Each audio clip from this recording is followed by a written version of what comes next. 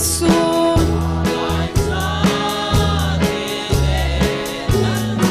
Pupitha ay hun sa ding amen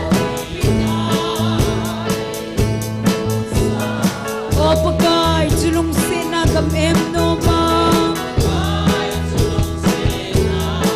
All na asim tay at hisan lutsun Kay mi Johnson hisan zalin kahinbel Hisanin silthengin nay all sa Handam pukom kalhunting le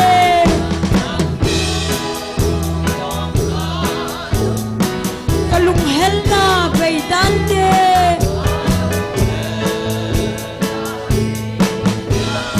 Gimnagal gamnoma olding amen Kalunggim na baydante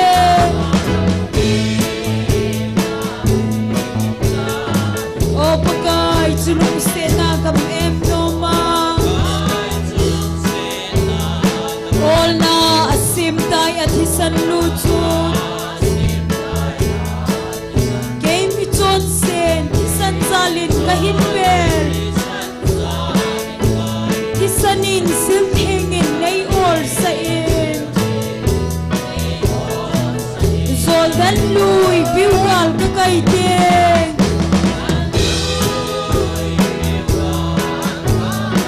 Kilungsi na gamnom su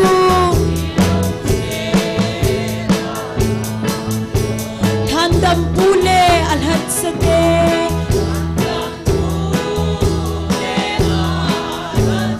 May hay sela kamuding amen O pagkay sulong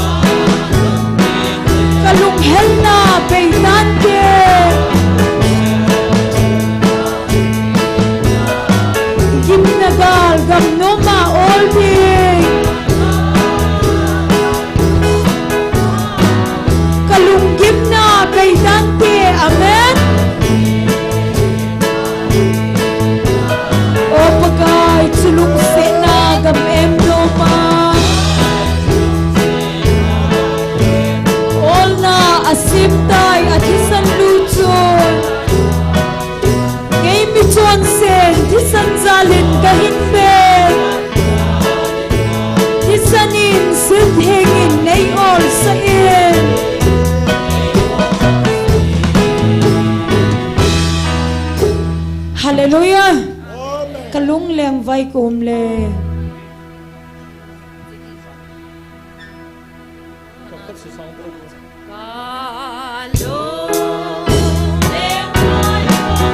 Bagay hung lengin kalung sunga.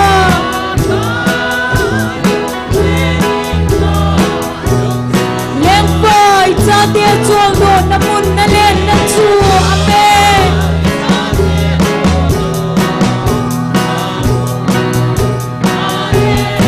Lay hilin ang umjan. Lay yan thay na kalian lahin. Amen.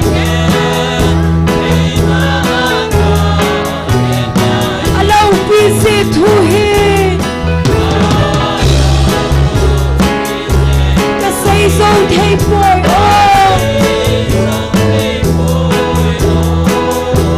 Van silang dagin ngay. Ba choy na da kay diagin ngay chu.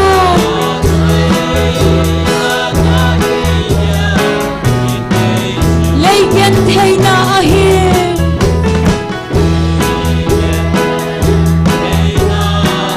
Leng vai sin kapin mau sing zong leng ahin. Hina lui gal ka kay phane lung sin na mo.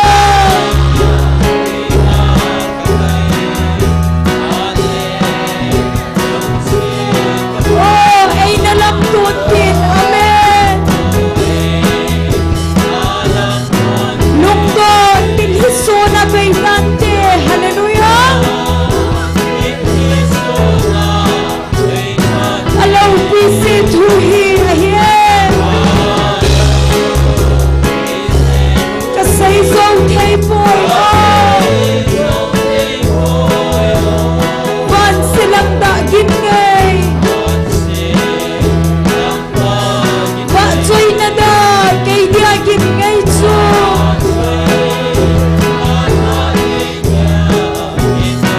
Oh, chupun na leng chun.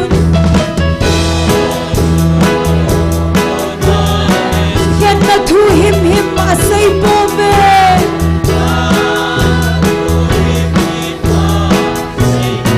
Pag him gom le kial boy nâu chu tong su la la.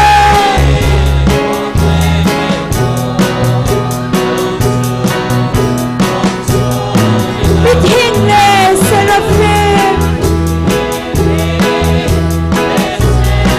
Hoto pa choy na chim talaw ding. Amen. Alaw visit huhin. Kasay zong thay boy.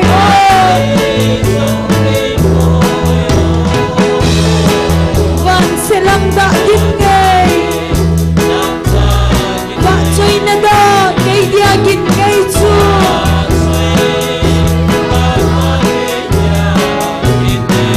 Oh, chumul hunding chu.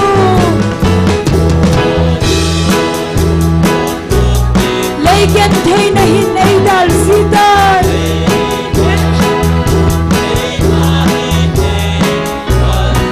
Oh, kangalal nagang tingong na imo sa iyo.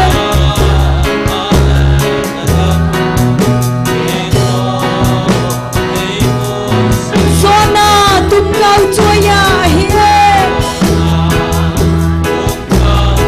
Oh, salem tha mungkal kungalal.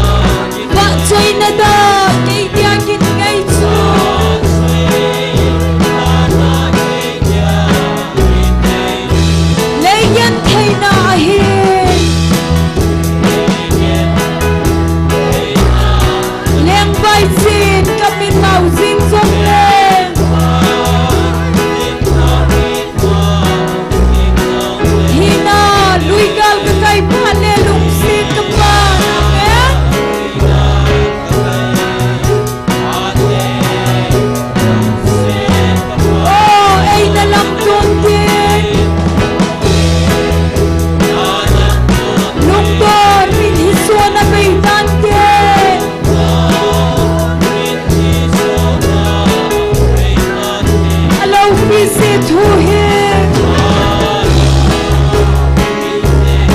ka say zo thei boy ban silang na gin ngay ba chơi na da cây dia gin ngay chu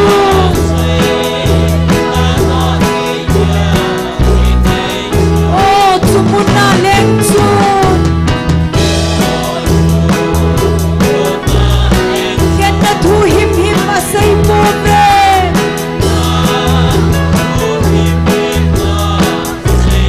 Kun him nom ne kel noi nau chu dong sola na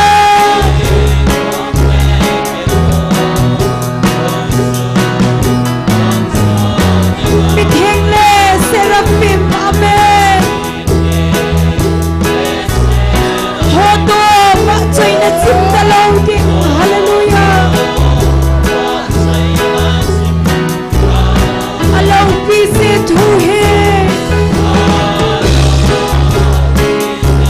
Kasay zong hey boy Man silang da gingay Ba chay na da kay dia gingay chu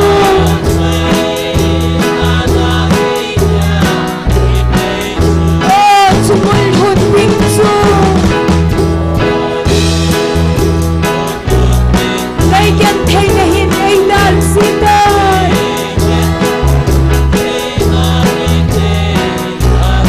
O kangalal nagamhin nom na imo sa inahin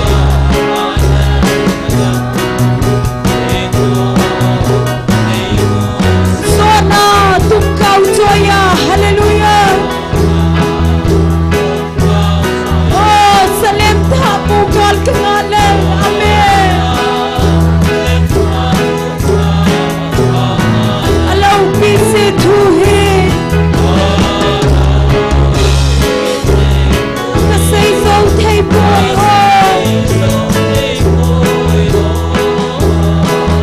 Ban silang dagin ngay Ba choy na da kay diagin ngay su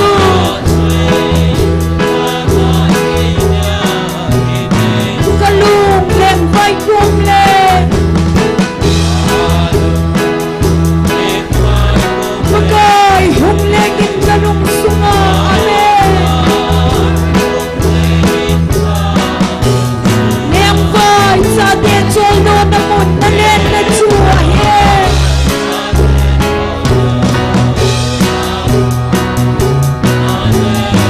Nay hiling na unsan Laikyan thay na agalan lai he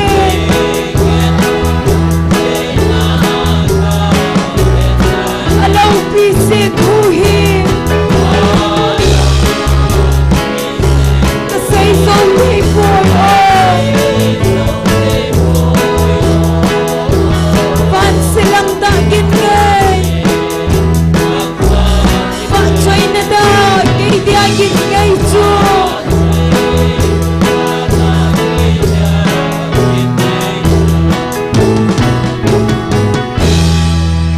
Hallelujah.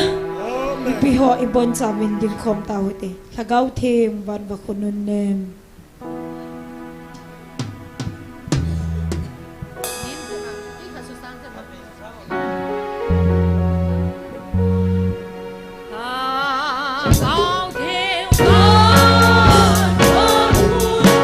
Hong leng kinin kangay suy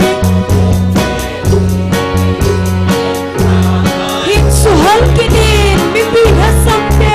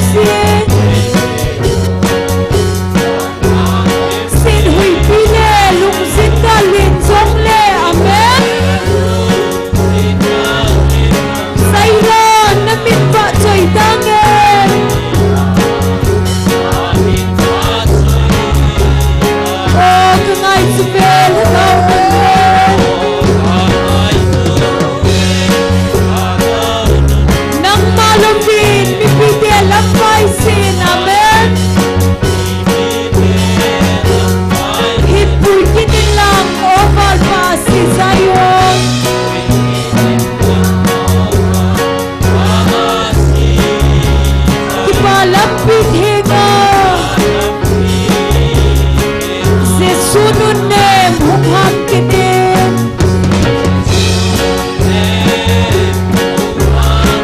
lúc đông ta na thô na hết sa ilang na liklukun sa to na heso na kidang tatsu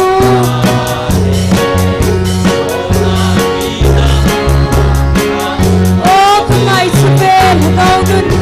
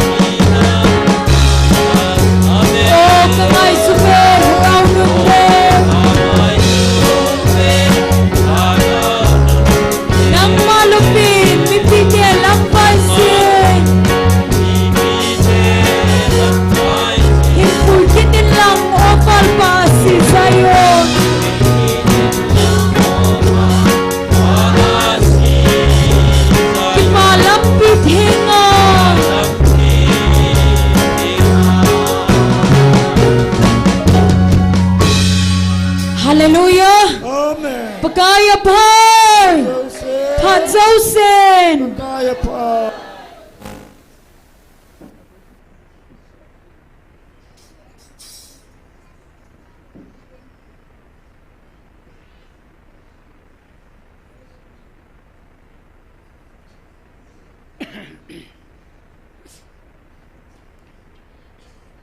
In sungmi te ho zo se online ahung poho hian lang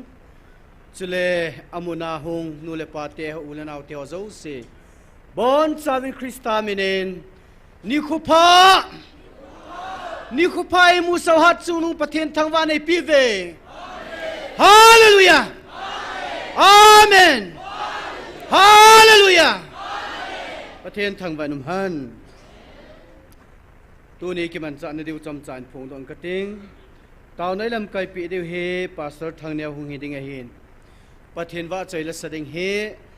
ong ki tam gon po en nu wa in pathen wa choi lan sa le zo teng la ban program ni chal du hin wa choi la sading mi khat bo ni ki gongen aje chu pastor thang neu thu sei ting le hin phan he phya ani ki hom tho jin na nya chu la hung ki tam sa lu he tiang chu he di hin ten Taona inay diwa hijin ama sapenin pathenin thupon masajan na seitan na nagyal do lo ham nagam pum piu pupan zong gam na pipu vin te picha chile nagam sung pu pa vin zong gam na pipu vin ti kin ka ko naw gale hin keman nagalu ka tu tanga gal ka zo pi wa gam zong kin ka pi du het ya pathin ka gun sai tai tin na ya hin isaya thim gaw le khabu bu som gup le bu som gup na chang som ni la ni na he pathin kam sung su ta ki to dan khat o min yo he nam wanui mi ten aneu pinai mu igal mi te ho iki tu pi sun sumin nui si tai bo lu chu na wanui he da chu me le te igal mi te i ma cha he lo chu ele na isu pi ho tang khulo i ma hilo chu ai wanga mon ei nui sidan da neo chakat ai mu chu ai wa pathin na ho alen penin wa nui mi ji tela alen penin kamu veti na ka chun isaya thim gaw le khabu a se hi anasim hlawi te bung som gu chang som ni la ni na hin al hom pin ta jong chu mi him phung khat hung lingin tin aneu pin ta jong chu tha ta mi him nam khat hing ding a hi keima pakai chu ka hin thil aphat cha ka hin no loi ding a hi ki pau me na pathin ni ngai cha no het chu thil hi aphat cha ka hin no loi ding e ti i ngai cha no i bulit pi diu hat chung nung pathin thangwa nei pi vin he chun taw nei na nei ni hin counseling jing ni kho he counseling ki ding hitan cha hin pathinin hagaw mong thai tam pin puilut pi wa chile hilai muna nu le pa te hong azau sa ke tai khali ka zaw le patai ta tho chei na hilovin na i zaw num chana zaw ki the he tiang chu azau lo hole azau so ho jong kain tim hin ten lachate ni a hi en chule gol hang robot nek robot jong pathenin ata sami him lung gel ho a tha zo jing theina ding tha hada pi a patheni hung vil kalong ki ngalal ki ta na pathenin phan te ti phat phat le building a phasa te e vil ji hin i hon i ngai chat pha do i hon i thum man wa hi pun patinin tu wang vil thei tai til i vil diu hi je chun ami man cha hodin tauna na nei hute chule jing ni khola hen sunday ni khola hen misina thawi sunna dewa ini collection ji na jin sunday ni kho chung boi jap din jing la hen saturday ni la hen ilaya lampi government in simpi nom selen simpi taun ki pawmen aning la khun lan mur to kinai langa khun mi pi ho thu phonam ting le to na hi aboi jamin na hi cha khu to na khu neu khat ikisim theina divin sumle pa inei khamu jing ni khu ting le hen collection ana bolo te ti chu nu le pa te ho hinga kan he sa hin ten apong nom chen online a ho ong kyong pong ye tiang chu ki pa ta ki li me tiang chu kan he sa hin ten jing le collection nei diu he ti to na sumil po hi ten chule tu le tua nagaland muna isu pi inami te ho yan theina le hasan ho zo se pathinin nan to na din tauna na geldo kinutin bangladesh muna inami te ho jong taunan geldo kinuitin chule barmagama inam sipe ho le Nammi te ho galjam ho jong Taona nagel do hite muntina ulanau gen the ha sa ga le tul ja chule za le nam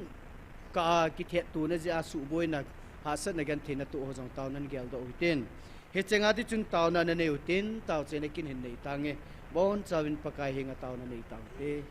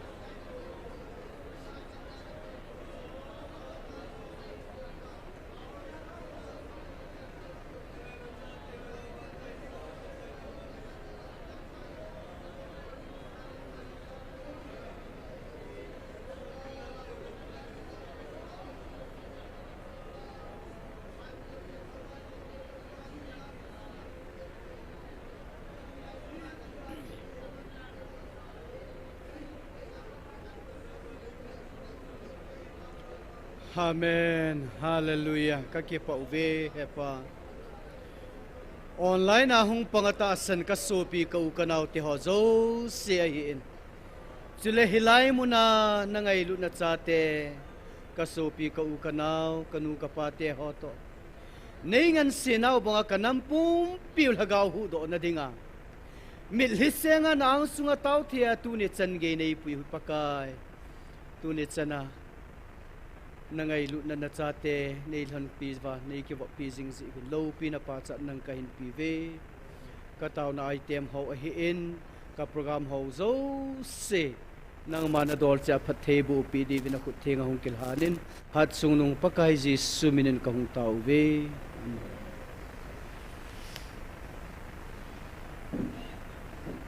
patin va sa ilas sa dingin nuwawa hong hintin ting le ban program initial kit he nu wa phat na pitaw te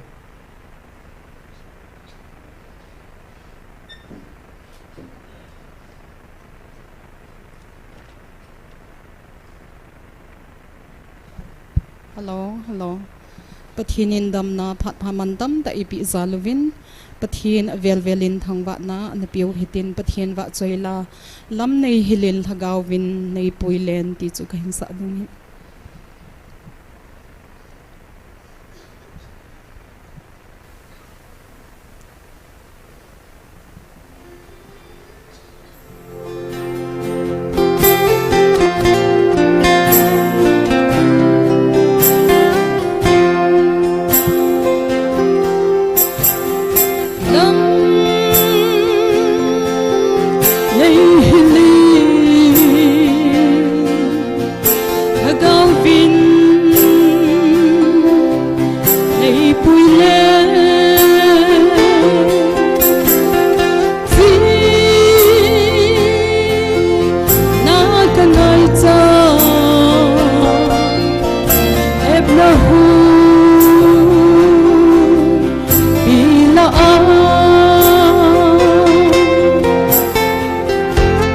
kanun kama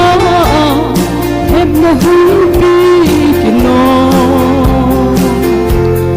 kung ke sabang kalena ubang ko pagkay ng law gelin gang genay law lam nay hunin hagaw pinay pule John Sim Kilbon Hina at Hugay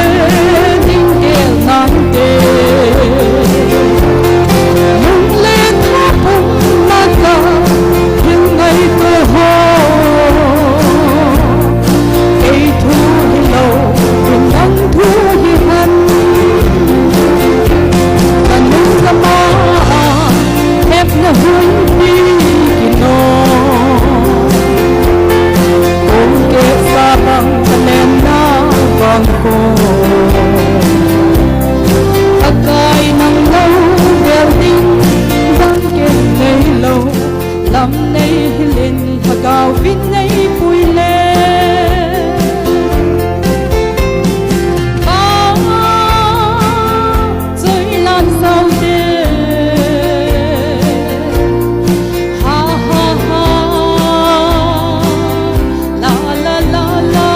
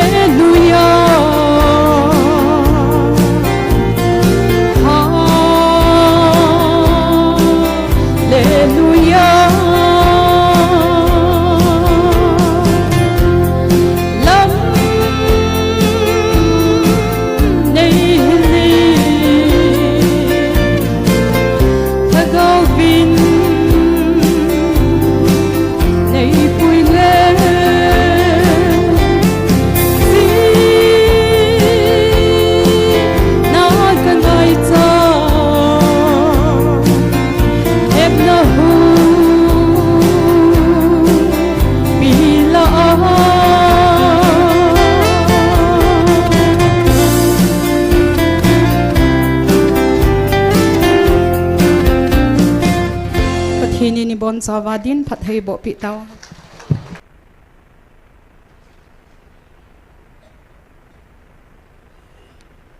nu ba wa pathen phat thei bu han lang ki pa men pathen wa chei la sa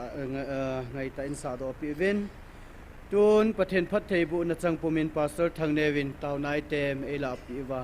pathen thua til kho nei le aman phat chei chen e ma pui divin ma phat na pi taw te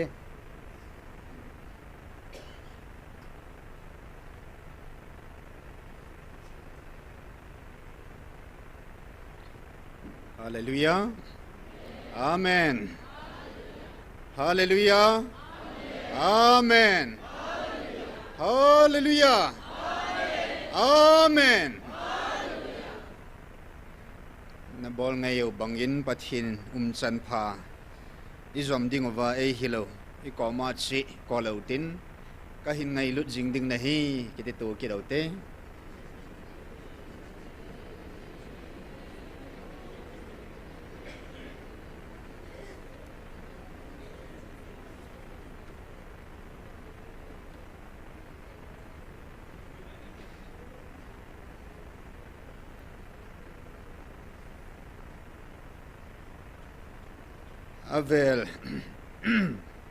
avelin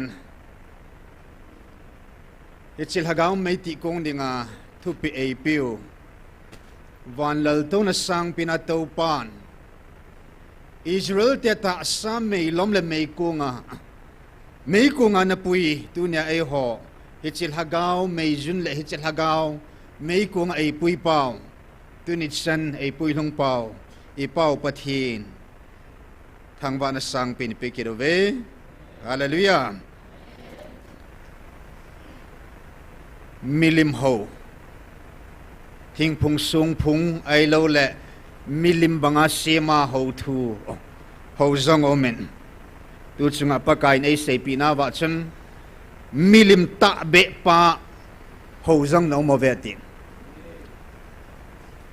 milim chu isim thu pau hu hi in a milim ta be pa chu pathin amma lim la mel asim mi him ho zo ho ho hu asim pa hilovin athil sim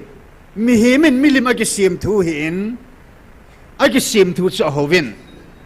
pathin alim la mel asim mi him ta be am mi him pa zo milim ta be zo ho inam sung ba au mi ya pakain hitsi milim ho na tivin nang ho milim ta be ho na hi lamo na ke ta po ve atin sibanga chun tu ni hin pathin ho akiumin pathin ta be ho akium ta na he hallelujah pathin ho loi au min pathin ta be pa ho akiumin na he inam sungwa tu ni chan ge ya alai lunga mang zong hilo vision zong hilo gao zong hilo akam chang o chang ta alal to na dal ha a amun thinga ei vil diu jong hilo ei na vil sao jong hilo ei vil kit diu jong hilo tu I khang ngai wa tu ni ni khong ngai ngai ya a hung hung di jong hitalo pathin akam sang ta pathin amma mo mongin I ho pau pathin kum zakhat akin in bol pau kum zakhat in ho pau ke ma ka nai tia alai lunga ong ki phun ta pha nin tunin pathin inam sunga pathin ho ta le ho ta lo chu sang ta chang hem pathin ei sep chil ta ben ya hallelujah pathin ho loi o min dunia hilai muna pathin o zang ho wang chu pathin ta de pa ho na hi hallelujah athusima pathin ho nei ta pun atta mo mga pathin ho na hi ta ya helpi be hil bong noi tui thing set ki ti banga chu bong noi thing set khoi ju thing set ki ti banga hilai muna hi mi him chi na mo mong panglo negro barin dina seizong hilo min ha pum puma seizong hilo aku het na zo se be ke ya athisa mi thin thu se ai le ging tan thu se ti ke khalo amma mo mongin pathinin halpi be hil ming lungyal mo mang panglo ti pot se na athisa za hallelujah ya kang hung ging do a hu neo ka hung ging do me chu Hesel hat sapunan say soni.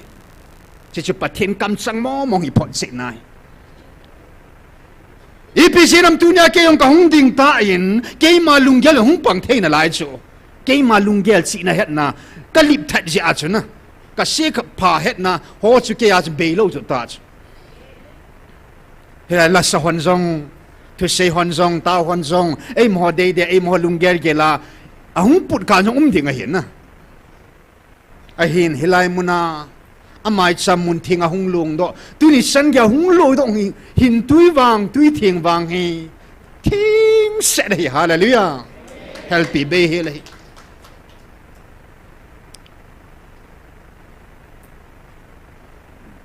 ating bo belo hi hiya ay malung gel to ay ma china to ay malung su to Reverend Dr. Sayboy bang sapaka hilay mo na tilpi anpi atson azil thu ho say talova hilay mo na kayman katupon hi katugil hoy amma kam sanga po do nga kayman phal na kapi itay tis hallelujah at sina hong pulut hana tilaw azil na thu ho hilova kayma kam sang katupon hoy amma kamadi nga jong po dinga kaphalay itay hallelujah ya hilay mo na hong kisay do hi ting set halpi behil bo belo ting set patin kam sang hallelujah hagaw ting mo nga ko na hong po do tuhing patin kam sang patin otseng ahin tehe tunia tumakay point khat na ga se masat pino huntin agelin ka ngay to tul hagat sung hap ta sung hi hagaw mina pathinin ei vil naw le ei ngai lut naw le ei khuto na haw lung sit long lu ei chan pavin ei ngai lut na haw na hon na hi naw na ke thei po ve ti chu nam phat na jong na ke thei po ve ti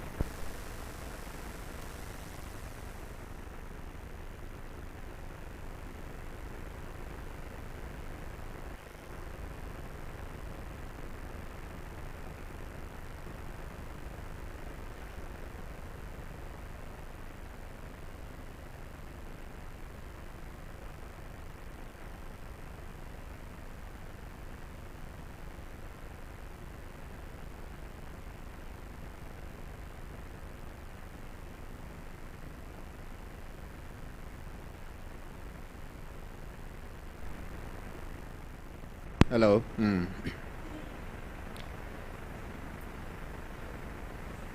Gabriel kan sol pi zong na he thim povin na hi naw zong na ki thei nai povin na ham phat naw zong na ki thim thei po ve ai ti we hai ta pathin kam sang ho study in bola pathin ei gu naw le pathin ei tun naw le pathin ei min bon hong ei gu naw hi nang ho nam kat sa te hi van nu ya nam dang zo se thil siam lo se chitin mi hing zo se yong hi nang ho in na o cha diwan khat sang sim pong ka te van nuai zo hin nang ho zo hin hin o cha di heti hallelujah pathin ei tu naw le ei go naw le pathin ei koi naw lo pi mo mong he lo pi mo mong he thu pi mo mong he yam phat naw he hon ik yel do thei lo thu ik he thim lo thu he le se chunga gu doctor gulang thim pin pa chung gum dan ho zo se ke su to dan hoi tan het thim be se pha din sun thim walin het thim wal tan a kem ton jong tur jong hal hongam ta poi ti cho a jo khala ka gu chung ki pil khan te ti ham na pi ham a jo ta bang dan sun tu ni hin pathinin ei tu naw ei gu na i hi na pau hi ki het thim se lew han i mo ka jing di bo so pete ho pathini tu na hoi lo pi mong mong thu pi mong hoi ta ichanga i munga pathin tu puna pathin ei vil na ho pathin lo pi na ei ngai lu na gel do ti ngai le i to muna jong ki mo nui jing hi changa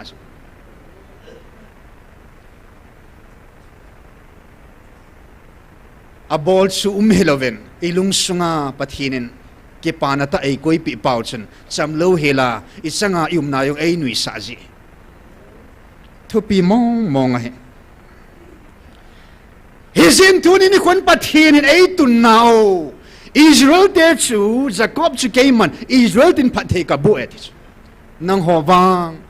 Israel tin ko po wing katin ngai lu na ka cha ta ka ko nei ve hallelujah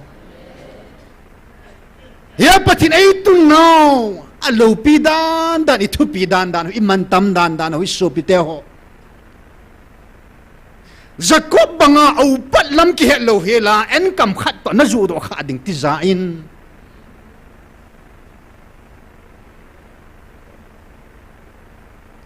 hichan ge ya pathin ngai lu na sang pe na alhagawa awa avil atsa khadin pathin vil na pathin na tun na pathin na hi na koi na he en kam khat to isaw banga ki zu do na hi lo na dingin lorin nei pi banga pathin hichan na hin pui nunga kinung haya chi song na solo na dingin thupi mo mong he na pakan ei to na so pete Elisa sopa Gehazi ki depan pathin thil bol theina pathin latsa su tur khat latsa apanga dangka sikel jo akil han nei dangka zo akil han kha nei ai na ki su mel he so pathin sol cha hola som le ni la khana tung ta sol cha hita dangka som thum to apakai pa alhat kin ai na ki su mel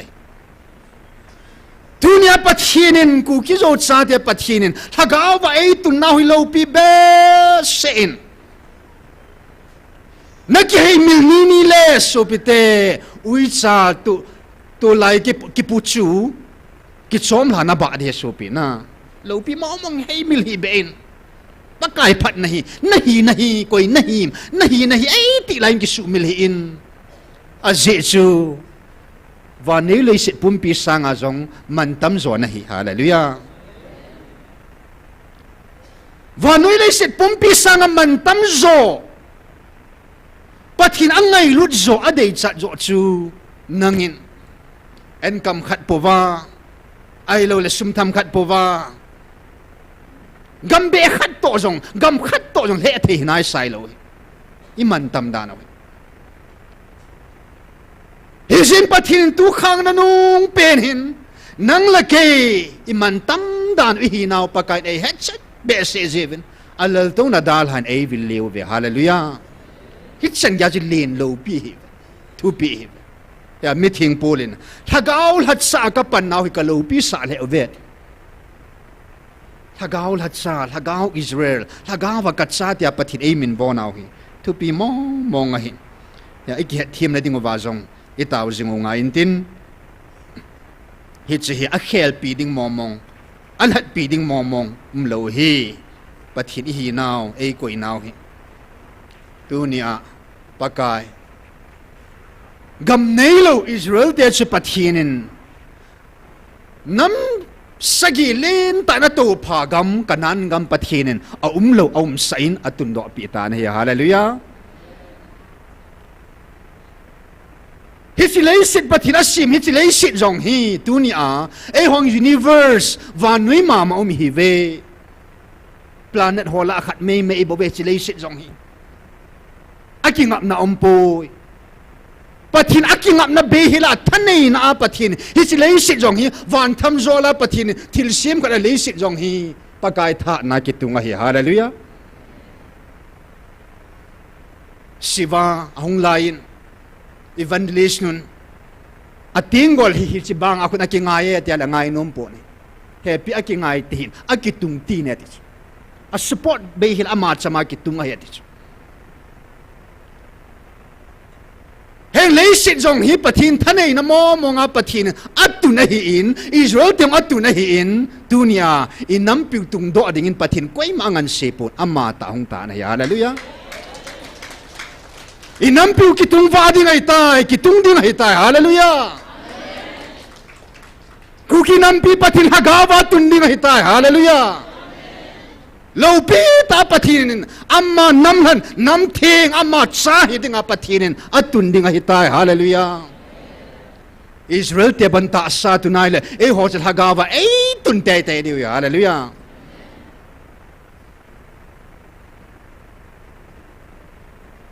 en tu hin khang la khang wang pha pen pakain pa pha na koi aman sam leng ho thim ga ho amang chai chapa pha da pakain koi aman sam sol cha ho seiji ho cha na mang cha nai tu lagao pharin pathienin acha te mang cha ta ve hallelujah alhat cha ho acha te ho aki gong ta pho cha pathienin kalhat sa ka sim de ei mang cha ta ve nahi thim ga ho zo ho sang la lo pi chom poin sol cha ho yo sang ya lo pi chom de povin a phat dola pathinin sol cha thim ga ho na tun banga tu khanga pathin inam pi tun do na dinga atun acha te ta ve hallelujah nan neo lo he lai so ki mo ngai sit yong nei po mi sei se yang nung ding nei po na vai chat ya ki musida ki neo sa chom nei po ni a ho ho dang ga mo mung sang sang ni dum lo he lai pathin ei tun naw hi na ot sa dum lo wa ka sim de he hallelujah van muna van til gilo lucifer asut tul ho hop khat chunga thanei na pe hin van til ho van mi te hop khat chunga thunei na pe hin hi chi van mun hop khat an na pe hi chi hop khat chu pakain chang talo dingin nui gama nui lei se na hin pakain muthim gama hin annol hatane hi chu mun chu pathienin nung loki dingin pathienin ku ki zo chati ka nam hlanei tivin hi chi mun ong van mun ong lai lu dim dingin pathienin a oina lhagavin hung vilta ve hallelujah ka van mi hel kan viltai dunin hop khat ka da ha pi ta ve tiu hallelujah van mun lu ding ho hi as dunia hi thagawa mel ma ho te hi ve hallelujah ipizenam e eng sit du e thang sit ding satan ho zo se eng sit thang siu hi chanu hi wana le ya zong eng sit pan ta ve hallelujah le ya zong eng sit du thang sit pi du dim sat di Israel te banta Samuel ma ho vai le thagawa Israel mel ma na ho ding het sai ipizena ma tai le tunia e ho hi van go loading pathin sa de ta ve hallelujah thil siam lo se eng siu cho mu thei lo lagao ki lo zo se yong eng se mu theya imiam chan khom pyo zo si hung thang se diwi pathin ei tu naw e go naw hi lo pi be se nei le email ma diu hit tamai ta sa jong mail ma hotel hagawang mail ma hotel evangelist ni hilai mu na hung han zo pan ka atamin do atamin thil ha tam chom chome atiu hi a hi po hagawa ichan diu lo pi be se nei le sakei banga kam ka koi kaval humdam tia ei hon nammi te thagaw khat hi damuna puilu ding hi satan hon atto gon pi pi no hi e hoi nom po vin hi thei pun te tin tu ni chan gen hi chil hagaw gal ri sa ta ben ya hallelujah tu hi pathin sa te pha re ta pathin sa te vai hom pha re ta pathin sa ten pathin na i to pha do ta in thêm ga hola thitan sol sa hola thitan nang na hing na lai ya hallelujah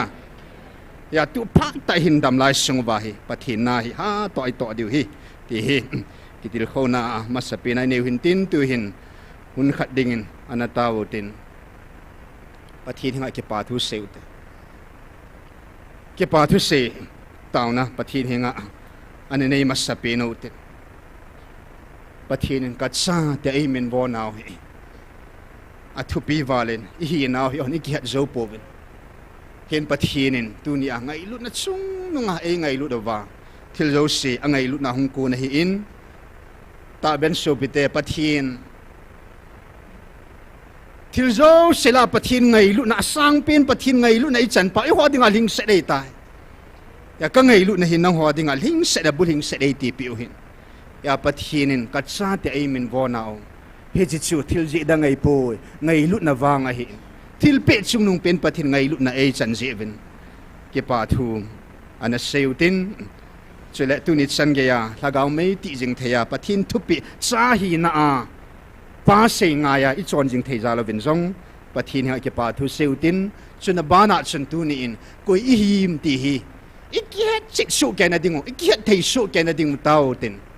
ka sei banga chu pathin cha hi na isawin au pat hi na chu kam khat a ke zu do he na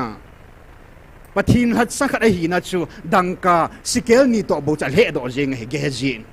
ki chi banga e hon nam hin pathin sa te hin tunia i hi naw i ki zu mang lo na ding o pathin e gun a hi na pau hi hagawa lo pi na pau i ki hat chana wa hi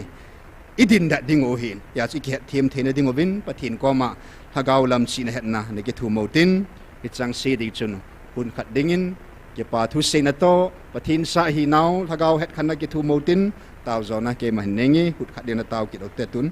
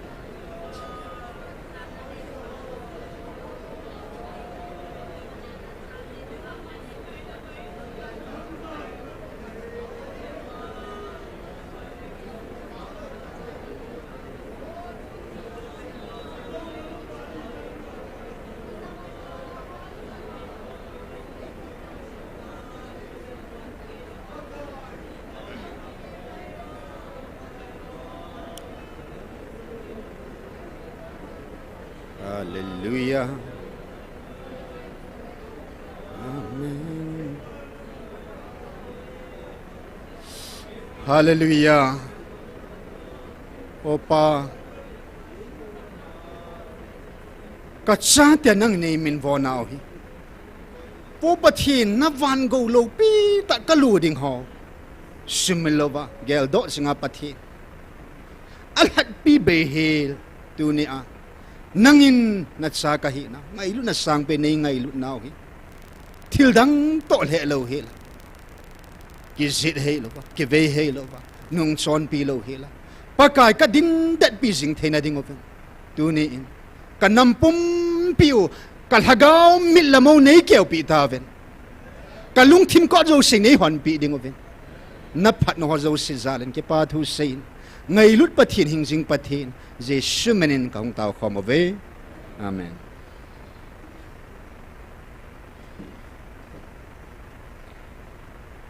Tao na item ho na chala pot ta diu te tu sungin nampi wa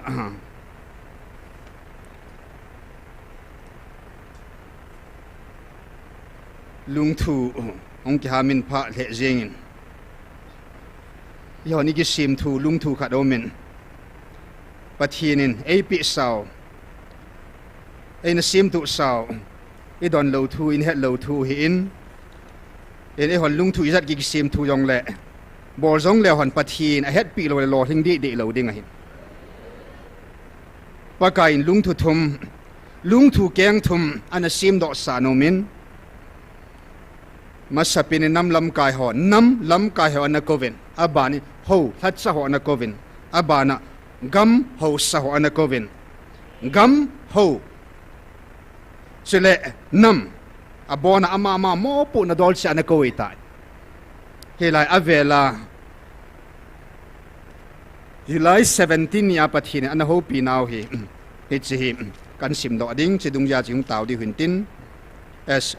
July 17 June 2023 in Simkate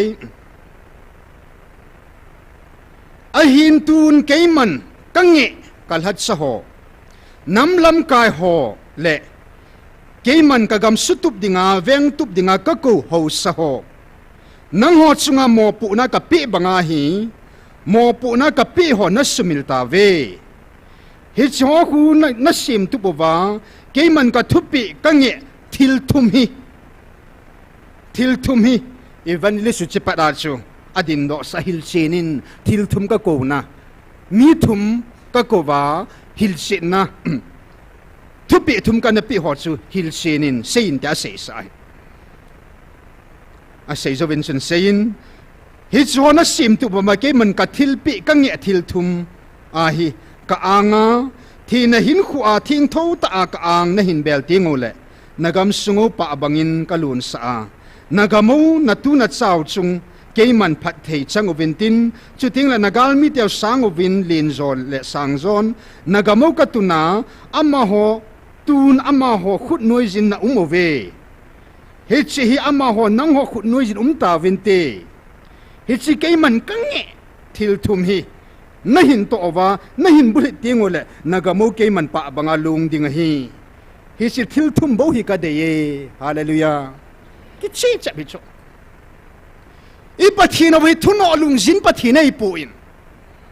ki chi ta lampi zang ke ya di ta ki ta pathina hi ei ho banga ong hom chum le le ei poi a ki saboi pon hi pathina boi ngai pon hi zang ke thing sa lampi thing sa hi ya pakai namiti ting la nam sunga chun heve nam lam kai president in even nam sunga chun ho pathin ho nam to ki saya latsa priest tempu in even nam khatsu ading dat thena dinga pakai gam ei piu gam sunga tu ding ho sai ne even ya inamo din mun to ki tu chat ei hoi ki chil sang ei het chil zo pathinin in nampi wa nampi khum thum ho cha na ko ta na ya hallelujah keng thum ho ngari to te ka le hon o to hi du dan zo moi keng thum nei na ai wa nga supi nang a keng nei hi in a driver to na pan gu chu hi thei mo wang lo hi nampi keng thum ho ho lat sa ho hin ho nam sunga nam lam ka hom ba na ho sa ho na even hi chi keng thum ho chu tunia pakain keima in na tolo vinge ta pakaya ma hungai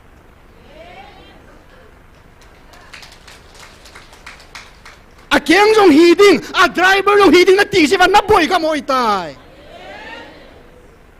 nampi nei pa nampi kung tol ding ama ta alai lung ahong ta na hallelujah nang thu tha gari chi ding ai po in a keng sun a driver pan na he na lang a chi ding gong in tunia pakai nam sungo hi pa bang ai lu no wa nui adi hi wa mel mati ho jong i keng to nui wa i khut nui wa hum the na de wa pathinin ei ho akun angye thil tam ta nge po i ho akun a thil thumbo ana de hi thil thumbo i bo hi chiong chu mi khanin athuma kop diong hi lo na ei ma chi mo pu nei piu chu be khen sai chu tunin nam kai ho in tuni a choice a chi sa kum zakhat kum som nga kum zakhat sungin nam na ito na wa hin sum hatsa nam hatsa hilova sum hatsa hi ho zo se na lungpun na khel te ngai sum sanga na mi pi te zo na ngai lu zo ding hi sum chui pi ham amang ding ai bo we ma chai poi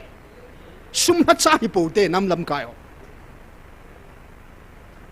achi san sum hatsa na hi jong la chun tunia kipana pathin akama kam sang ta ei vil ei ho pi dung ji wa tunia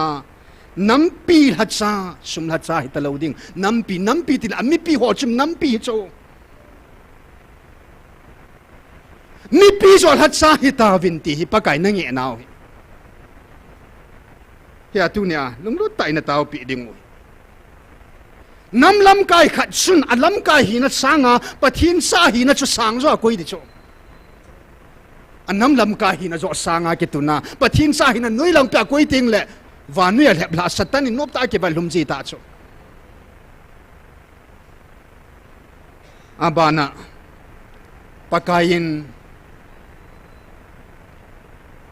hol hat so akwa chan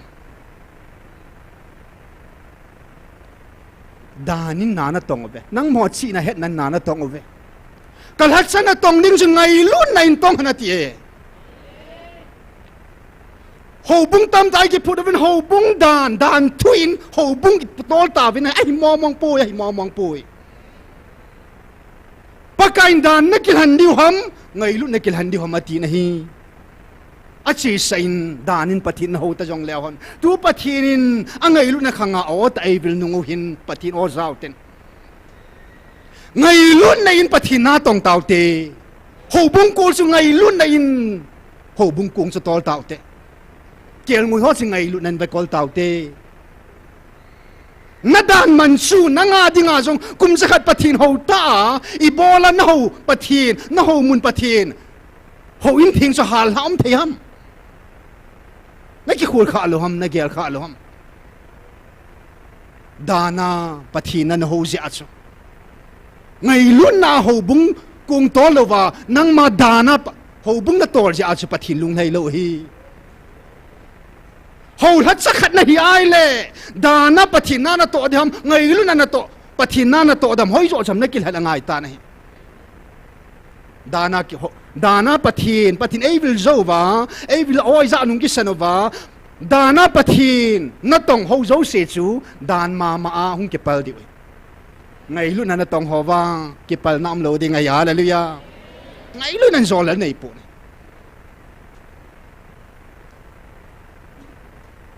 athum na gam ho sa ho in pakai na sei sai tai tun zong nakap bu ve na li so ve ti chu na gam mang sa ho na na in lo ki hal mang ho si nakap bu ve ti ho sa ho pi na a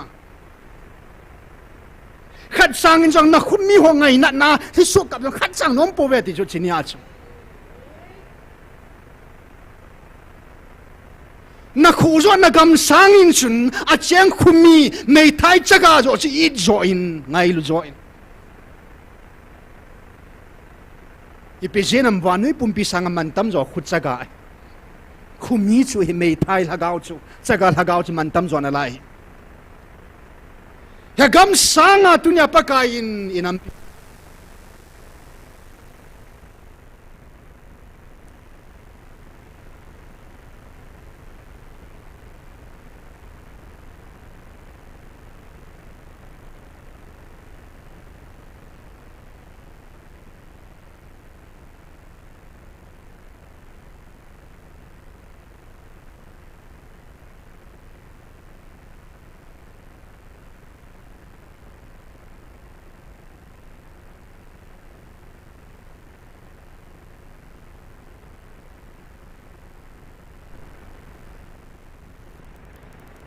nagam sangin pathinin keima nei kilhan ati na hi hallelujah pathinoi zama sangovin nam lat sa hilovin sum lat sa na hi zong lewhan pathinoi zama sangovin ho bungsu danin anator zong lewhan to hi ngai lut na tol phat ai ta pathinoi zama sangovin ho son zong nagam zo cha na ngai lu zo yong la chun tu hin a khumi zo chu ngai lu tan na ki khel ta ngona lampi chu na zo nei mama na zo nai le ipi na phat chum pi dam angai ngai hiding hi ki khel na mom lo ding hi na lampi na khel ngai ta ni na hung ki le he ngai ta chu hen tu ni hin ata san ho October 19 2025 ning ko ma Gabriel Vantil ning ko min thu phun ver som le vel ni umin hagau ting thu phun hi Gabriel thu phun khat ve nei in sunga pung khat awalin mi som le mi sagi lang ka hi vin e chinia san seitan e ho jang ho naw hi ata san ho jang pam lang thu pulam thu mihim lung su tu ho le nang ho mama a kun le hi chi van noi thu ho chu na kol sa zo diu ham ke man ka vil na thu hi na kol sa zo diu ham 80 ve nei dunia nangin zong pathin ona za na ta san nunga pulam thu hona la le le a wa noi thu hona la le le na la ya nang ma ming lung su tu a nang ma lung gel ho na la lai ding ham pathin ei vil na thu bo hi la tang na ti ding ham e ho jang ata san ho jong na ki su chet phat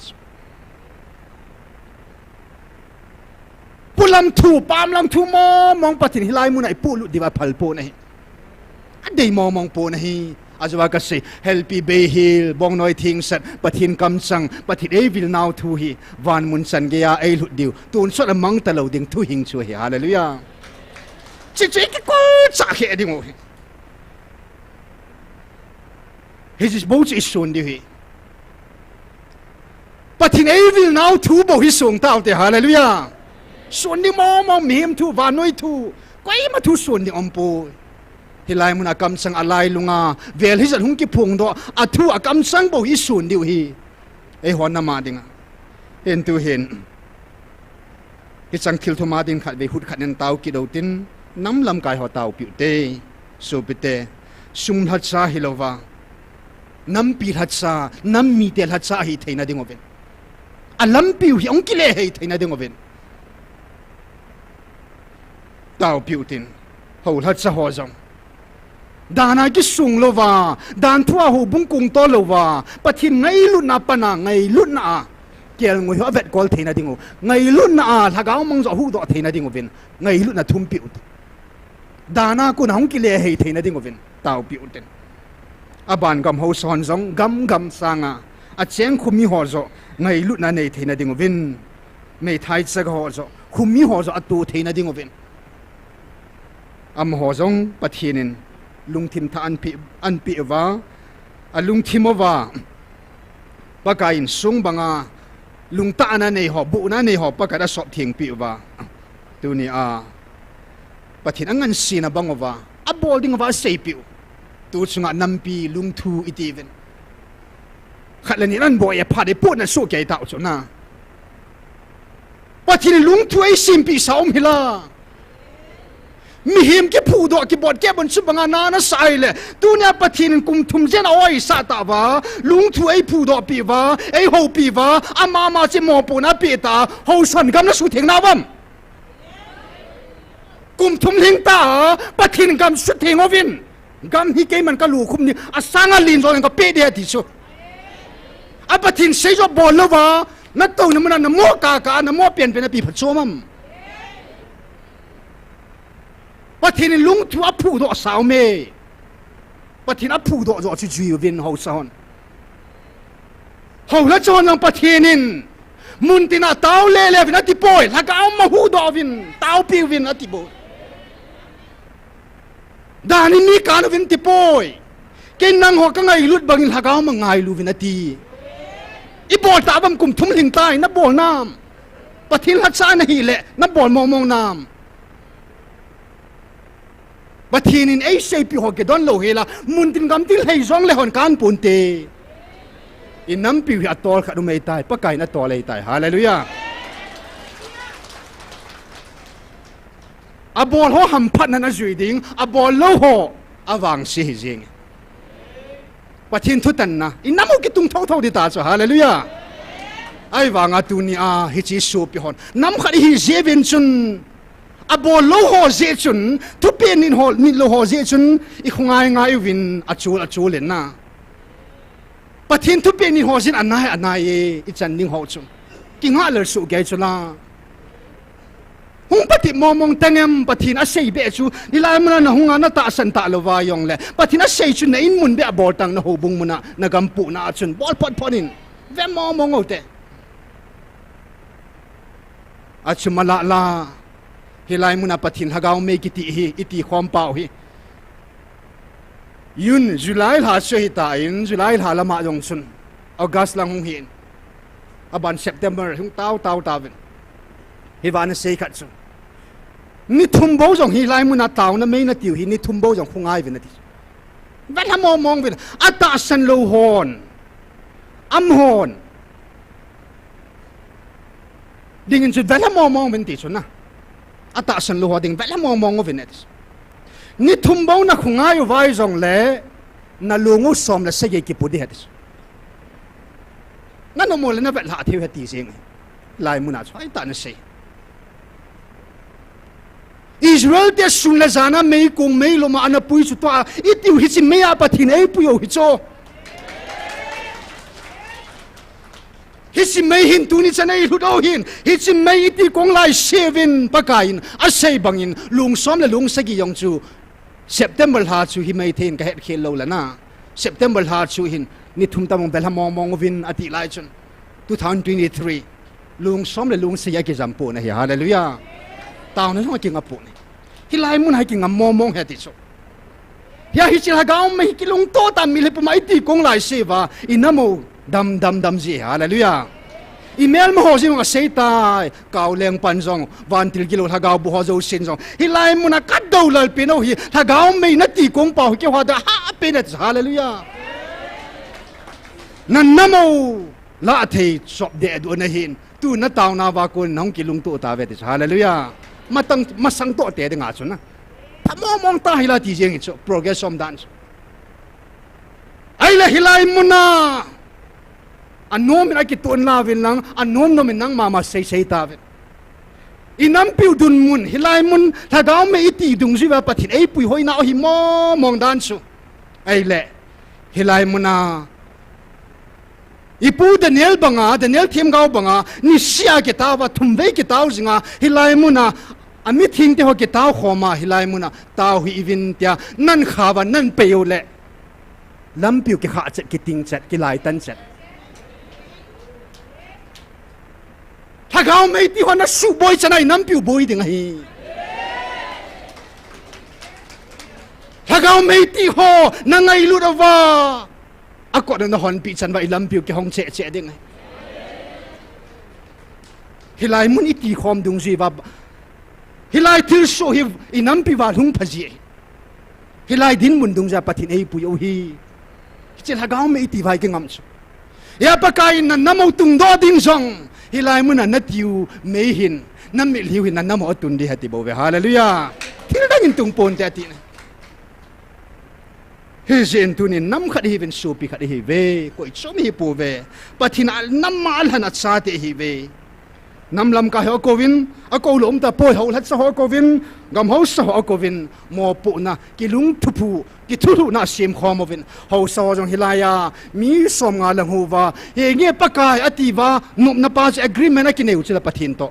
ho lat sa hung wa thil pi dang ki do le wa khu ki do le wa he nge pakai ka ki sani ta ki pa da ki sanu chila hi cho hi lam ge hita nam lam kai ke so dang dong ko na hu wa hi lai muna pa kai thil pe na pi wa mo pu na pi wa hi cho hi lam ge hita apathin in asei pa bol lo hi la nang dei lam nam pan ka chi yong la chun ko dong na tu ti su che ding hi in nam pi dam na ding hi lai bo au me hallelujah pathin ki thulu na sim sa me mi hem thulu na kum heti chan ei hoi ki thulu wa nam na ai to wa aga galum be phila ipi phatsumam akhutele tunia patin ei vil lo hila sengam pong ka te ken jong ka sei ding umpu ai la patin ei vil ta vaile patin thu chu lau tin zop tau te hallelujah chi bo chu he lampiu he chun pakain akilung thu phu pi atum be anako ho nam lam kai ho lat sa ho gam ho sa ho ding na tau piu tin lung na ta in ngai lu nei ta na tau piu tin sung lat sa hilowa mi pi lat sa a hi theina ding ovin tau piu tin hung ki hei theina ding ovin chule da na hilowa ngai lu na pathin na to wa ho bung avet kol theina ding ovin ho lat sa ho ding tau pi ki do tin ban le gam ho sa hon agam sanga pathin zo chung nung pe na koi wa agam sanga khu sanga mei thai chaga ho zo ngai lut na anei theina dingu pathin thu dung zia vai hom theina dingu le pathin thu pi ho hi atto do thei chi na dingu vin ana tau pi ke do te tu hin ke ma man tau zon han nei kit ni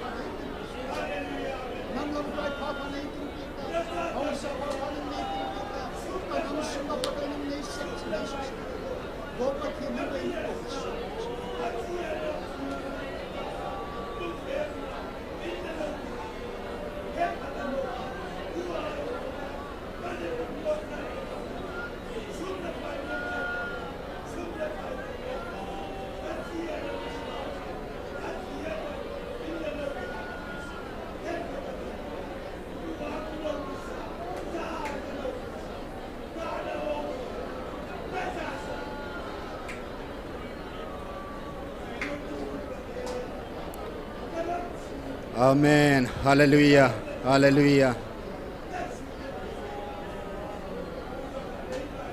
Nakilung thupu pi paka kanam sung nam lam kai ho hi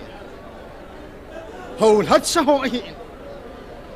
gam ho sa ho hi dunia pathe navil nahi an ge sano bolding an se pi paka khat sa man sa lo hi oh nam mi pi te hon song khat le khat ke ngai lu a leng pan nei thupi ho hi paka tu khang kiu se le tu ni kiu se lo ba khang son chan ge ya na nam lan na cha ka hi na wa paka Israel te thupi pi pa in tu nya ke ho song thupi tam ta nei pi povin amma pan mun sia thupi nei pi ho hi paka ka nam pi nam lam ka han ka subul zo the na ding ovin hagau thing nang ma pan pi na ngai sin Jesus menin ka hong tao kho mo ve amen.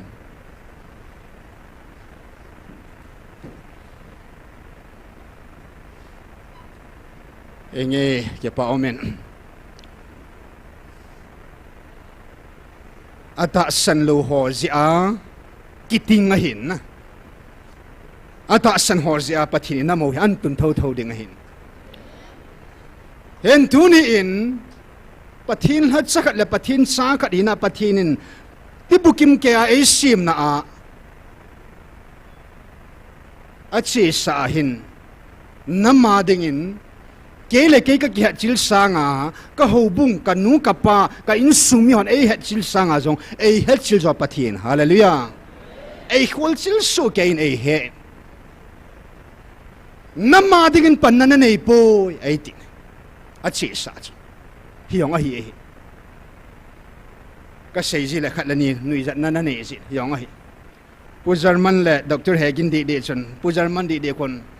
pastor pun apa mai tame ta ei nui sat ji cho ei nui sat dan ka het na cho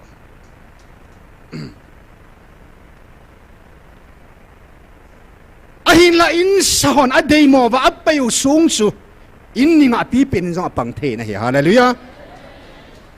Nampi Adia pan na kana nei lo wangin ka ho pathen van lal to na dalain anam han acha building in alai lung ahong ki phung ta na hi hallelujah o ka zain pakai na o ka zai nan hi momonge ka te ka ta sana ka photchit phanin pakain namading panana nei pu ahin ka dinga ki pithing sial mi na hi hallelujah ka dinga ki pithing sial mi na hi ho bung hon koi hon anamu sit ba ya na gel lo pau so hiyong ane ki hi nothing oya pin zero ka hi bo ve ti banga chu ki ong nothing ka hi bo imat sa ka hi po ahin la pakain May 26 sungnu boy ko na chun 2023 hilai muna tilpi kapi kalhat sa pasu Kowin ante tanay hallelujah hilai muna hi nampi dinga na nammi te dinga na thousand ding hitin ngan sinai pitana hallelujah pananay lo pa su pathinin hisil hagaw may pi dingin pathinin mo po na hinpitan hallelujah inampi man tu ta ingai chat peno nampi kitundo na dinga milhi chuhin pathin ayen pensu chin ayeng pun sumayeng pun pa ayeng pun nan namo katun na dingin tau vinti cha ayen hisi tau na dinga sun pathinin ngan sina hin pen kahong lay tunin pathinin May 27 ni khwa panin palat sun zan hi chu ni kho sang khat aling ta na hi hallelujah kum som li hing ding kai ta in ache sa kum som li ka hin khosunga kum som thum lenga ho sangin ache sa kum chet sangin hi chi kum ni kum thum ni kho sang gat sunga hilai muna pathir ang sung ka beli ka gisi pu ne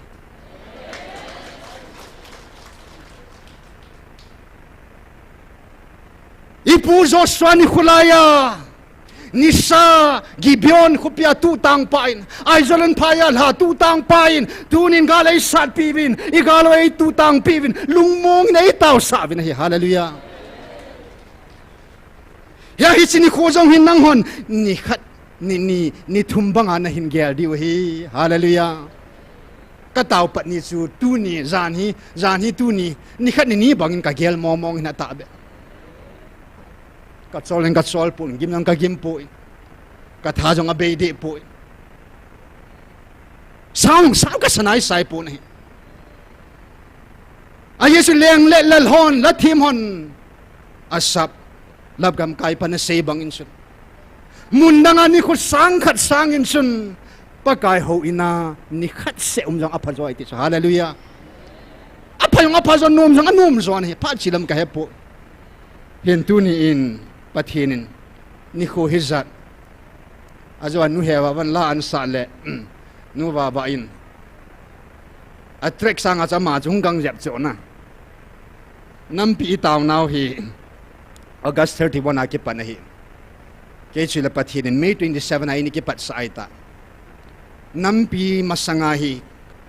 ni kho ani khwa se dinga chu ni kho som ko le gup ta banga hi kana advance hin ke hi kachang se a jingka ka tauna pa hi pathini ngan sin hi tuni a thathum ta ba la se del thathum ta banga chu ke chu anati masa chu ka hi in tuni hin pathinin thagau mei ti khom pe ding jingka si hilowa sun si ajong ti khom pe ding pathinin su pi pha hi dai pe hallelujah leisina chan hoi ma chading mo mong ka ti pu ne thagawa wana gautam ta ki khol do ding bo hu ka hit katuk pi pe ne inam suma koi ma ka ot sapoi koi ma ot san lum thim pathin in ei pe po ne achi san ka ot sanai tun bang koi ma ka ot sapo ne pathin lung mo na tai pen ki pa na tai pen in bahara kay wangin ta san na in ka ho sa tai inam suma pathin milhi ay khol sain hallelujah ngai lut na in ay sung di men ki panata kasang chum di pun kaniem chum di pun pathin ay koi na muna sa kalung hay dan su tunin pagkai min ka phung do no men thang neo ni hisa na tau tan na tau na ga sein ka tau na ga chu pathin sa kahin koi ma kanam jong ka musit pun koi manam jong ka musang puin inam sungwa ho pa yung ko sa pui avai sa pan ka musit pui pathin ei koi na muna lung hai sela ke pa ta ei tun na muna koi ma o chat be hila ka hi ka ti ding kalung mong selen kalhamong selen na kakipa selen kathanom selen cái này pin tu ni chu tao na kahung dinga hi WhatsApp my comment in mod nit danga khat dei chang sei khalo na ki dang ka sa dan nan chu ka kyu han ni lo pe chu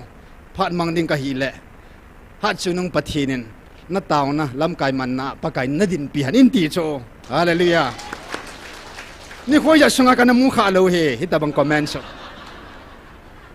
akam sang mo ngang tu ni chan ge phat sei na pa chan na chang ga lo sei nai lo ei pa chan na pen chu amang khát đấy amang à ấy mà khát cho chỉ cho comment là cái này bia cô na comment hỏi bên hết ta cho tôi dàn cảm ơn itiha năng su good su đến cái vonin na good na tao cả na good anh nhỉ tan cho abang sẽ na kang sẽ để tí cho amang à ấy comment sun sun này tôi nên quay mà pa chắc chẳng có hall po ka sei nom pen chu pathin sa hi na ipa na ke to ai bo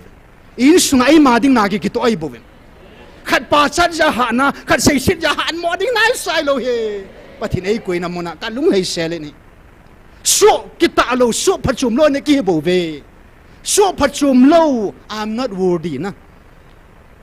hita bang pan mun na dinga hing ke po to ding ka kin pa cha ka hina pathina chakhat ka hina taw na lat sa ka taw ding ka kin chu ka ke taw e bo ve hallelujah ko ima pa cha ka hol po ka to ding ka kin bep chu ka ke to he hallelujah tuni ni hwa ki chai ding ai pun idam mo le idam sung mai ti di he hallelujah khang som sung ha gaw me ti jing di he itu isa te vin zong hi chi taw naw ga za la hi chi mun theng pathinin mun theng a pe chu Israel te ngon a pe in ei ho jong ei pe ve hallelujah mun theng na tu na chana su na pa hovin hi chi mun theng pathin lo pi ki phon na mun theng lo pi ta asa ve ka mu ma sai ti hallelujah tu phon na nunga cha mun theng nei te hi ve hallelujah khang som sung a mun theng a taw ding mi ki chat lo ding ai pathin ei pe jing deu hi in tu ni khoin pathinin ei ngan se na banga pathin cha khat hina athu pe nit khala ke pa na ding lo hi ya pathin cha khat hina pathin ei ngan se na dung zu ya ei nga tun son mei ti hi vin ki chai the chu ei de pon yong le apart $10 zong ni kho sang khat ang sunga bo ko ma dil so ei koi the ei pui gal kai pa pathin ei je chun pathin hinga ka ki pa na mo mong vật sa na le tunia nampi hagaw mei ti khompi hagaw wat chan inei khom so okay ve ti vật sa na in tir khat ka bol nomin he je chu ilawa e hozo sila sun taw khom na analung masapin ji ating gol pumpoma kong kon pumpoma hilai mona itu icha te wadang kitil kho na hung pang de hama hallelujah ipu ipau pu zam khothang na ti bong lai zon veng TUIBONG za on venga uma hin ni kho sang khat pathinin phat theina sang inam pi van bul ha ding ai ta en tu ni hin ke yong pathin hit san ei pui gal kai na ke pa na in asum su ei mai pu in pathin ei ngai lut na pau che vet sa nai bo ve akitu chadin cheng kha khara simdi la tamatam de sona ni khu hol bang simdi la asot sau pi ta chu ai wanga chu ni khat ta banga ki he hallelujah ni khat ni ta banga ya tu la ya sum sang khat it yai le sang khat no nang ki chai the na cheng kha khara sim di la tama tam ni chu ai wanga chu not ni bo wa ki chai jing ni bangai ge lo hallelujah ni sang khat o jong chu en tu ni hin i pa ven hit se hi hung ki san in tin hi je chu pathin ei ngai lu naw ma chunga ki pa na kan vet sa na a hi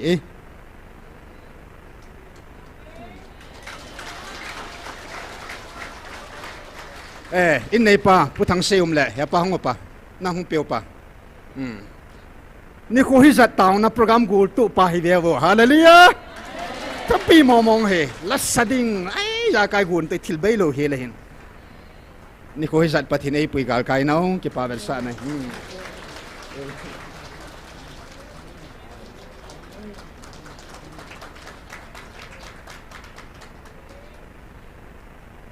nei na ni kho hi zat hung taw hi nang he population ni zat am kat hi na lung hang de tan na ama hi lung hang lo be he chumala la ki pa ta mi na lim ji na la hen in ei pu thang se za len jong pa pathin thang ba ki do ven hi chi in nei pu in nei pa pu thang se pathinin tu ni a hi simun ading mo mong ama jong pathina gun mo mong he ti hi i phung do nom ki doven ama zalin jong pa pathin thang ba ki dove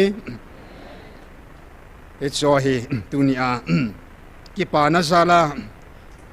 igun pau su ahung hin tin tu ni a chai na ke ding in pathin thu mun kan sim ka tin e chi bon vai ki til khona dingu ki til khona zona jong hi tan te revelation thu pon bung som ni la ni thu pon bung som ni la ni chang som la li som la nga kan sim di he hin thing chu lo theina ding le kot pia lutna khu pi sunga lut theina dinga avon ki sop thing ho cha nun no ma hi ve hallelujah minute nga omin itaw naw je tunya da chu ki cha ita in minute som omin minute nga hin mangi chang khat khada hin tu sunga hilai mun hong ki phong pathin hagau thing thu pun chun pathin chun hin thing chu ke ma ka hi ati hallelujah idan hona chun sela pha het na hin thing ake in adam le vi chun amani in akilo a anel hon pha din sela pha het na chu amit laman ke keu ta in alhagau mit han ha talwin ta samit han zo ha zo tai ahi le hon lai lunga chun hin thinga khat ma cha ke nin ale hi chi hin thinga chu kilo han le ne khal honin tin ai ho bangin tun swara hingdan dewe tai tikit ta chu hi je chun amani chu edan hona konin palam pamlang outside apulama chun no do nong hlan tai pakain chirup vantil semzam ko jesu him to semzam choin hi chi hồn cho ngã sát tai thì chuyện hết chỉ có cho ngã sát tai thì chuyện hết ai là hết chỉ hồn sunga chun apart lại chỉ pathin thaga và hung zia adam le if akipol pz hallelujah akiholim pz mà nên mop sa momong thon pathina kuna damana nawa mang ta jin pathin an ko ta ne a hin tu ni ko ni sei nom pi pino chi hin thing phung ni sila pa thing phung chu anel honi amani tu na hin thing chu ne khakil honin te ti pa chu ven na dinga chu mani chung ki no do ki dei ala to pathin ima kho wa I hon song hi chi hin thing ga chu I lo wa I ne theina ding wa chu I pi ham kel ko da I lu do ngai khu pi sunga I lu do ngai chi lo ting le hin thing ga chu I lo ngai I lo wa I ne ting ol ai hon song right hin na pa chu I nei ding oi hi chi chu bol na dinga chu I pi ham angai cha chu tu nia angai cha chu avon ki swap thing ho ati le hallelujah translation kana chun pathin thu pe nin ho that do his commandments pathin thu pe nin ho chu anu no ma hi ve avon ki swap thing ho chu anu no ma hi ve dunia hilai mun hi pathinin wana mun thing om banga leya jong mun thing a hitan hi hallelujah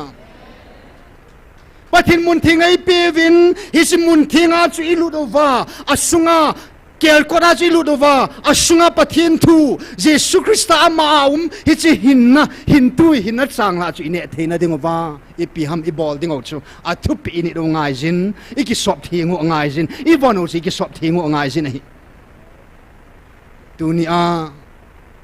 NIKHO hizat avon ki sop thinga hilai muna pathin tawin tia thupi ni na hu ho zo sin hin tui chi don khata ve hallelujah van mi te chan hilai muna I thoi tai nang le ke tin ki khan po ni sa lang hang lang tin ki khan na am po ni nang khu chi ho bung ke khu chi ho bung tin ki khan po ni van mi te chan ke thoi ta je chun hilai muna van mi te chan I tho thai so kai na ding wa chu ki sop thingai hi na lung thim na ki su thingai na ta sa na ki su thingai na lagaw na ki su thingai ya kau leng pan an sei na ajin hilaya hin I bol ka hol ha chong thei lo ham nang hon pina lo ham hilai hi mun thinga hi in a thien lo je ba chu a thien nom lo je ba chu hung thei lo ei vet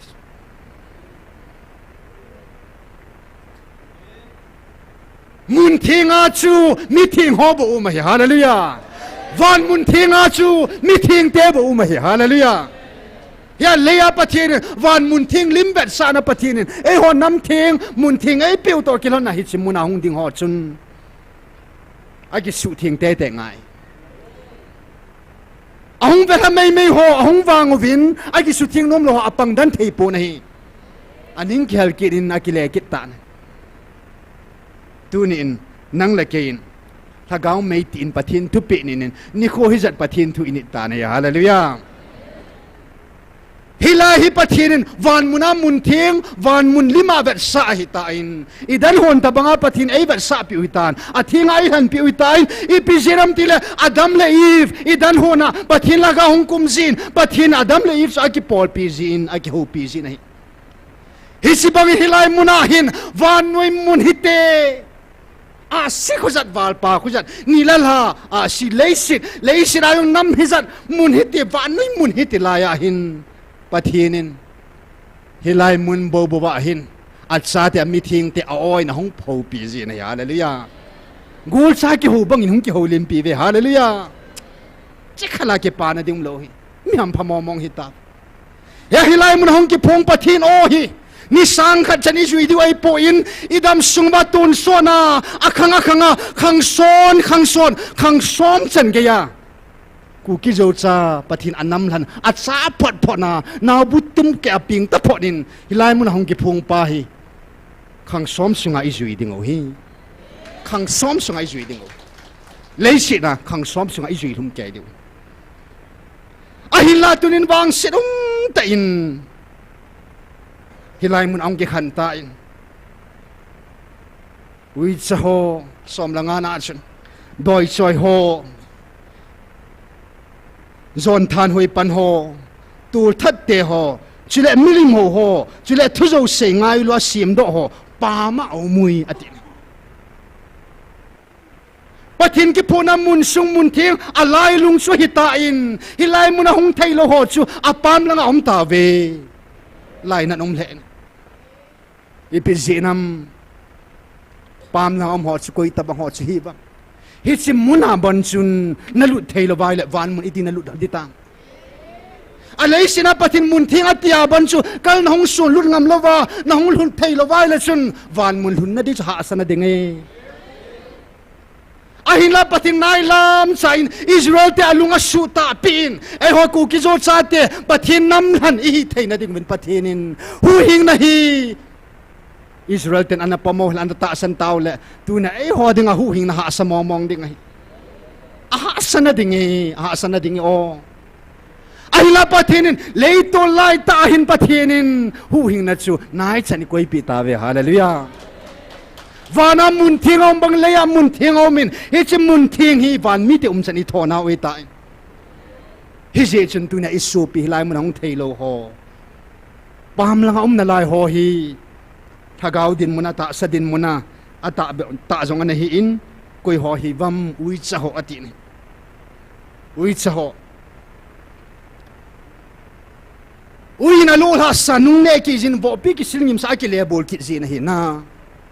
ping tha cha pathin sa ki gela ai wanga na nung chon ho che ita pathin ei khan nungwa nei le ku ki te ei khan ta wa tunya nung chon ki na la khulang zo nungai ki na lai ho chu ei khan nungwa gam ye ei se khan pi nungwa hi cho chi hilai mun a hin mun a nei po be nei abana doi choi ho hebe doi choi mo mong jong hung ta ni hilai mun a doi choi mo mong jong oi pu thang lal to ina ga chen ke ni ka ga jan do jing lo nei September 5 nya chu 2023 nya chu ama ta hung jing doi choi hon hilai mun a nei po be nei ipijenam amo ki kimbol na amo ki no do na mun he hallelujah doi choi hon lai mun an chan nei pu aban zon than hoi pan ho engi belgium na seitan kham na the drug sa ka la ding zat ka la ta to ai kan boli sex hi tai ti kit na zon than hoi hung ta hen zon than hoi pan ho jong hi lai mun hong thei pu na hi zong zong nu mong thei pu pula ma om na lai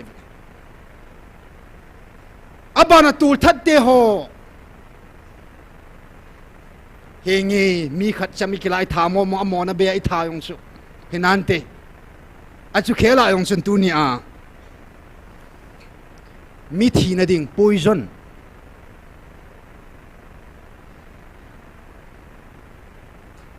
doctor aman sa ding hilo mi khatin akini eli na dinga tu ni a igam isu bo e hol e ho ke tha na dinga ikibolo a lei yong su hiong chu tul that to thaga eta indirectly ana ama chu mi khat tha na dinga lo tho hi chu tul that te ho atila pang de chile milim ho ho email ma te ho milim ho hi ve ko bru siva ho hi ve ei ho wang tu ni in milim sanga kho zo chin milim ta be pai ho kha kit ta bin hi i ho ho pa pathin o hong ki phung ta pathin o a pathin sanga al hat sa zo thu zo ngai na lai ho bung lam kai ho zo ngai na lai ho chu milim ta be ho na hi na ki su chit gang chal ngai pathin hung vil lo la thu chum pathin amma ta di vil ta amma ta hung ta a pathin o sanga iti nang ma o ho la cho o zo nang ai zo diam ho la cho o nang ai ngai le amma jong nang jong ku khwan la lu kha de ku khwa la lu na ding van mun san ya chan nei na ding hilai mun awa ki zata na he hallelujah abanin thu zo se ngai lo sim do ho thu zo sim thu zo ngai lu ho sum ngai lu jong ki che ngap sa chu na sum jong ngai lu thu kha de van nui ngai lu yang thu kha de ta azia cha ngai lu yang thu kha de ta ai na lai ngai lu hi pi ham ngai lu chu thu zo se thu zo ngai lu hi chu first on bung li bung thum lama chi va nai le Jesu hi Krista a hi poi Jesu hi pathin sa pa a hi poi ti kalwala mi zo om poi ti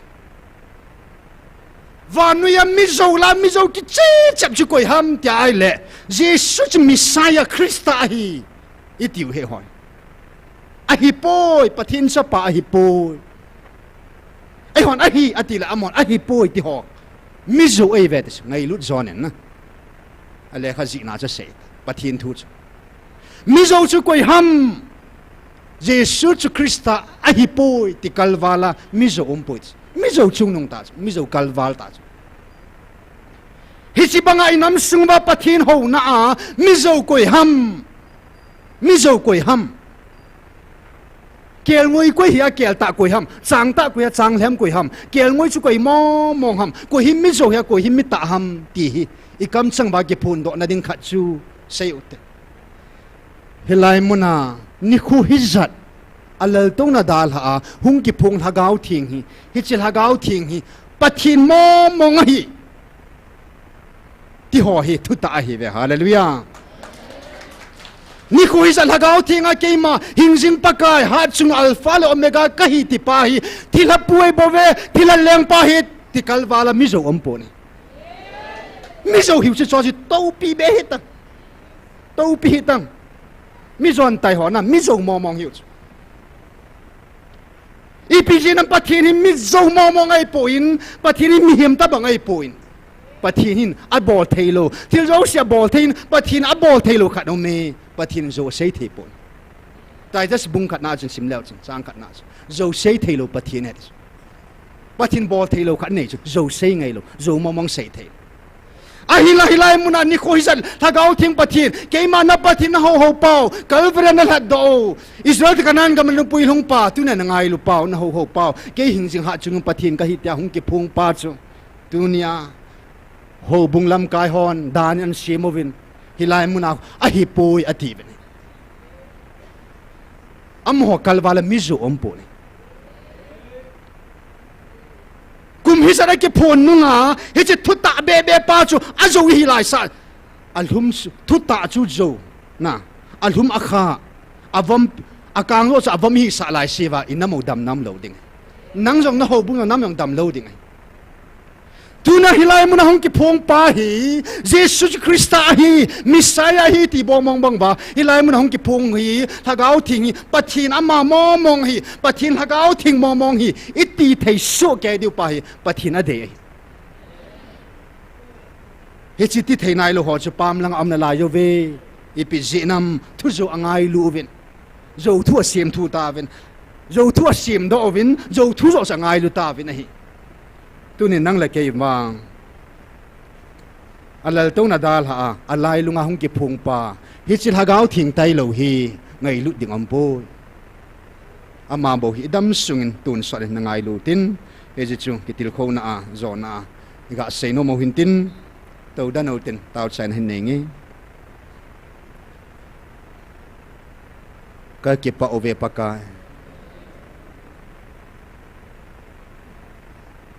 kel ngui kel ta na khen zin chang ta chang hem nong na khan zin mi thing mi bu jong na khan zin chep tan lo bin jong na khanin tu ni in